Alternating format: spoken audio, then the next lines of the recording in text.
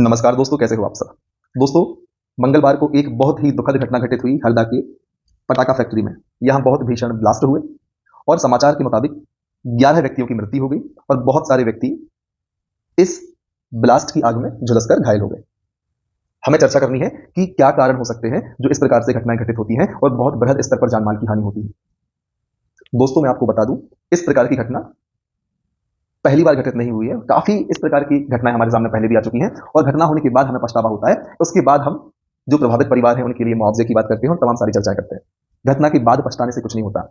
अब पछताए होत का जब चिड़िया चुग गई खेत, ऐसा कहा जाता है कि चिड़िया के खेत चुगने के बाद पछताने से जो आपका खेत खराब हुआ है वह वापस नहीं आता। इसी प्रकार से जब इस प्रकार की घटनाएं घटित होती है तो जो प्रभाव व्यक्तियों पर पड़ता है वो अमिट प्रकार का होता है। जो व्यक्तियों के साथ घटित हो जाता है, जो उस दुर्घटना के शिकार होते हैं, उनका जो पहले का जीवन था और घटना के बाद का जीवन है, आप उन्हें पहले का जीवन नहीं लौटा सकते। हम क्या कर सकते हैं कि जो लापरवाही हुई है उस लापरवाही से सीखे और सेम गलती फिर से नहीं दोहराना है। मैं आपको बता दूं दोस्तों, देश की ही बात नहीं, मैं मध्य प्रदेश की ही बात कर लेता हूं। मध्य प्रदेश के अंतर ही कुछ दिनों पहले मध्य प्रदेश के दमोह जिले में इस प्रकार की पटाखा फैक्ट्री की ही दुर्घटना है। वहां पर ब्लास्ट हुआ था और कुछ लोगों ने अपनी जान गंवाई थी और कुछ लोग बहुत ही बुरी तरीके से घायल हुए थे।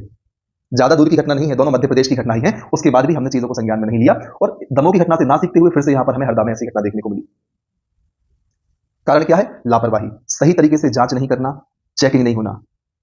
जब इस प्रकार की फैक्ट्रियां लगती हैं जिसमें संभावना होती है दुर्घटना घटित होने की, तो हमें उनका प्रॉपर बंदोबस्त करना चाहिए। किस क्षेत्र में फैक्ट्री स्थापित होनी है, क्या सुरक्षा मेजरमेंट वहां काम करने वाले कर्मचारियों को लेने हैं, इन सबका जो मापदंड है वह फिक्स होना चाहिए पहले से। लेकिन ऐसा अब तक नहीं हो पाया। न जाने कितनी दुर्घटनाएं इस प्रकार से घटित हो चुकी हैं। मैं आपसे सिर्फ पटाखा फैक्ट्री में घटित दुर्घटनाओं की बात नहीं कर रहा हूं। हर प्रकार से भोपाल गैस त्रासदी हुई थी और अलग अलग प्रकार की फैक्ट्रियों में आए दिन इस प्रकार की दुर्घटनाएं देखने को मिलती हैं। तो मैं इस घटना के हिसाब से उन सभी जो फैक्ट्रियां हैं, जो संस्थान हैं, उनकी चर्चा कर रहा हूं जहां पर ऐसी संभावना बन सकती है।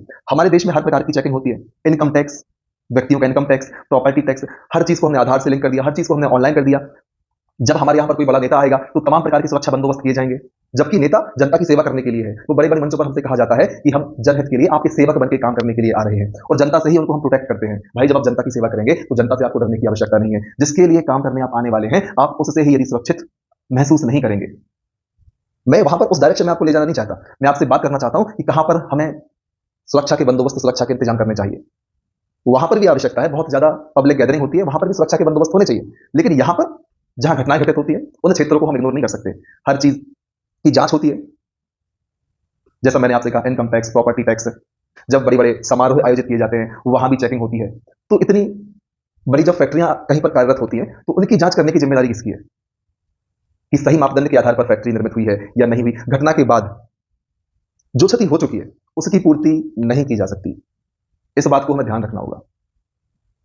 हमें इस चीज को ध्यान रखना होगा, जब इस प्रकार से कहीं भी खतरनाक इंडस्ट्री बनाई जाती है तो उसमें जो यदि कभी दुर्घटना घटित होती है तो उसकी जो इंटेंसिटी है उसको हम किस प्रकार से रिड्यूस कर पाए। हर प्रकार से हमें काम करना होगा कि स्थापना के पहले किस प्रकार के मेजरमेंट करने हैं और पूरे बंदोबस्त करने के बाद भी दुर्घटना यदि घटित होती है तो दुर्घटना घटित होने के बाद हमें किस प्रकार से त्वरित उपचार करना है। पहले का तो हमने सोचा नहीं कि भाई फैक्ट्री स्थापित हुई है, यहाँ पर इस प्रकार की घटना घटित हो सकती है। यदि हम सही तरीके से आकलन करेंगे तो हम पाएंगे कि यदि सही तरीके से हमने चीजों को मैनेज किया होता तो इतनी बड़ी दुर्घटना घटित हो ही नहीं सकती थी और घटना घटित होने के बाद भी उसको काबू में लाने के प्रॉपर बंदोबस्त नहीं था। बहुत देर तक उस आग का सिलसिला जारी रहा। हमारे पास इस प्रकार की व्यवस्था है ऐसे क्षेत्रों में होनी चाहिए जहां पर इस प्रकार की फैक्ट्री स्थापित होती है कि कितनी भी बड़ी एकदम से इमरजेंसी आ जाए हम उसको काबू में ला पाए। हर चीज में चेकिंग होती है। भाई, इतनी बड़ी फैक्ट्री चल रही थी, आपने देखा होगा हमारे देश में छोटी छोटी चीजों की चेकिंग हो जाती है, हर चीज में जांच बैठ जाती है। यहां पर किसी का ध्यान नहीं गया, तो इस क्षेत्र में भी हमें काम करने की आवश्यकता है। बस इतनी चर्चा मैं आपसे करना चाहता था।